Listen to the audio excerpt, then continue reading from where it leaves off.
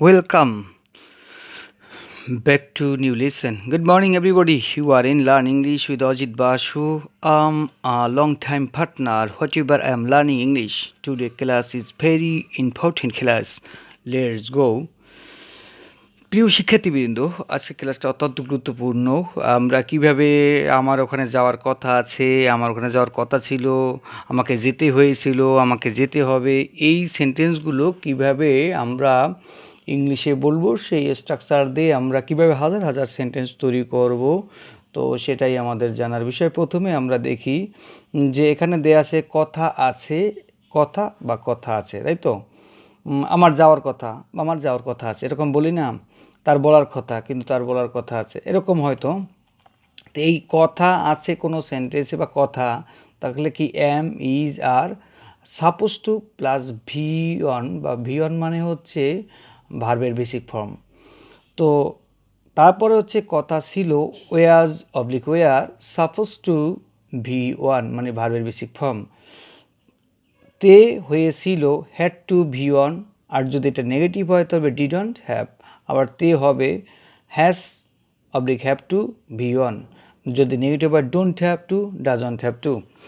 তো এই আমরা এই কথাগুলো একটু আবার পড়ি। কথা কথা বা কথা আছে আমি যার সাপোজ টু, কথা ছিল was were suppose two V one, তে হয়েছিল হ্যাড টু ভি ওয়ান, তে হবে have has two V one, right? তাহলে এরকম সেন্টেন্স আমরা দিয়ে কিভাবে সেন্টেন্স তৈরি করা যায় সেরকম কতগুলো সেন্টেন্স দিয়েছি। পরবর্তীতে এরকম সেন্টেন্স তৈরি করে কমেন্টের মাধ্যমে বন্ধুরা আমাকে জানাও যে আমরা এভাবে সেন্টেন্স তৈরি করতেছি। তা আমরা প্রথম সেন্টেন্সটা পড়ি, সেই সেন্টেন্সটা কি আছে দেখা যায়। প্রথম সেন্টেন্সটা আছে তোমার দেখা করার কথা মিমির সাথে। তাহলে এখানে সাবজেক্ট হচ্ছে তুমি কি, তোমার, কার, ইউ, ওয়াই ও ইউ, কার সাথে দেখা করার কথা। তাহলে কী হবে, ইউ যদি আছে তাহলে এখানে কি আসবে, এম ইজ আর, এখানে আর আসবে ইউ আর।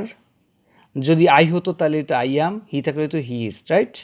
তাই ইউ আর সাপোজ টু করার কথা, হ্যাঁ, suppose S U P P O S E D, suppose to কী কথা, মিট, কার সাথে, মিমি, মিট মি মি। বন্ধুরা এখানে একটা বিষয় হচ্ছে যে এই মিমির সাথে শব্দটা ওয়ার্ডটা উইথ কথাটা দেই নেয়, কারণ কারোর সাথে মিট মানেই হচ্ছে কারোর সাথে দেখা করা। মিট মানে হচ্ছে কি, কারোর সাথে দেখা করে, এই জন্য মিটের পরে উইথের প্রয়োজন পড়ে না। তো you are suppose to meet মিমি, এই সেন্টেন্সটা এভাবে না লিখে বাংলা যদি আমরা লিখতাম তোমার মিমির সাথে দেখা করার কথা, এইভাবেই লেখা উচিত। কিন্তু আমরা বোঝার জন্য এই জন্য তোমার দেখা করার কথা মিমির সাথে, এই শেষের সাথে শেষ মিলানোর জন্য একটু মিমির সাথেটা শেষের দিকে লিখেছি, বুঝতে পারতেছো? হয়তো বা খাতায় এরকম অনেক সময় লেখা তোমার মিমির সাথে দেখা করার কথা, মিমির সাথে কথাটা প্রথমে আসার বিষয়, কিন্তু সেটা না দিয়ে একটু শেষের দিকে দিয়েছি সেন্টেন্সটা বোঝার জন্য। পরে তোমরা এটা বুঝিয়ে নিবে যেটা এইভাবে হবে। তো আমরা দ্বিতীয় সেন্টেন্সটা দেখি। তাহলে তোমার দেখা করার কথা ছিল মিমির সাথে, এখানে কি, তা কথা ছিল, কি বিষয়টা এখানে কথা ছিল, তাহলে ওয়াজ ওয়ার, তো কোন কি হবে, ইউ, হ্যাঁ, ওয়া, ইউ ওয়া, ওই ঠিক যা আছে তাই, হ্যাঁ, সাপোজ টু মিট মিমি, রাইট? তারপরে পরের স্ট্রাকচার কি, had to V one, right? তো এখানে আমাকে বাজারে যেতে হয়েছিল, আমাকে কি বাজারে যেতে হয়েছিল, এটা দেখা যাচ্ছে আমাকে বাজারে যেতে হয়েছিল। এই দেখি আমরা আমাকে বাজারটা তে হয়েছিল, যে তে হয়েছিল হ্যাড টু প্লাস ভিয়ন ভার্বের ফার্স্ট প্যাটার্ন। তাহলে আমাকে বাজারে যেতে হয়েছিল, কি লিখবো আমরা, আই হ্যাড, উই যে হ্যাড টু, তারপর ভার্বের ভিয়ন ফর্ম হচ্ছে গো, কোথায় যেতে হয়েছিল, টু দ্য মার্কেট, রাইট? আমাকে বাজারে যেতে হয়নি, ওইটা নেগেটিভ ফর্ম, আমরা কীভাবে লিখবো, আই আই কী লিখবো আমরা, আই ডিডন্ট, উই যে দেওয়া আছে ডিডন্ট হ্যাভ, রাইট? হ্যাঁ, I didn't have didn't have লিখলাম, তারপর কী হবে? To go to the market, এই যেটা to go to the have go, ও আচ্ছা have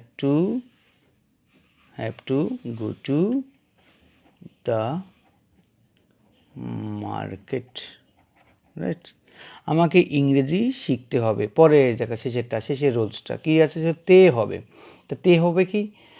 has, have, two plus ভার্বের তখন আমাকে ইংরেজি শিখতে হবে, তাহলে I have to learn English, আমাকে ইংলিশ শিখতে হবে, I have to learn English. তা কী বসালাম? ওই যেতে হবে হ্যাভ টু। এটা যদি নেগেটিভ ফর্মে কী হয়, তাহলে ফার্স্ট পার্সন হলে ডন্ট এবং থার্ড পার্সন হলে ডাজান্ট। এই জন্য মাসুম দিয়ে আমি শুরু করেছি, যে মাসুম, তাহলে মাসুমকে স্কুলে যেতে হবে না, MASUM মাসুম কোথায় যেতে হবে না? মাসুম ডাজান্ট, DOUS N T ডাজান্ট কোথায় যেতে হবে না? Doesn't have to go to school, go to SCHOLL school. বিষয়টা বোঝা গেল? আবার তো আমরা রুলসটা দেখি, যে am is are was were had to have has to এর সঙ্গে সাপোজ টু কথাটা থাকতে হয়। আবার এগুলো নিচের দুটো কিন্তু সাপোজ টুর দরকার নেই, সেটা খেয়াল করতে হবে, তে হয়েছিল অথবা তে হবে, তাই তো। তাহলে আমরা বুঝতে পারতেছো সবাই, বিষয়টা অত্যন্ত গুরুত্বপূর্ণ ক্লাস, এটা কিন্তু একটু ভিন্নধর্মী ক্লাস, রাইট।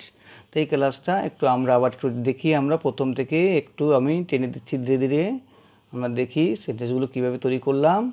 এভাবে তোমরা কমেন্টের মাধ্যমে অন্য সেন্টেন্স দিয়ে হাজার হাজার সেন্টেন্স তৈরি করে আমাকে কমেন্টের মাধ্যমে জানাও। No more today, let's know what you think of this video through comments. Please subscribe to my channel, share and like. I will appear before you another day with another class. Wait until then.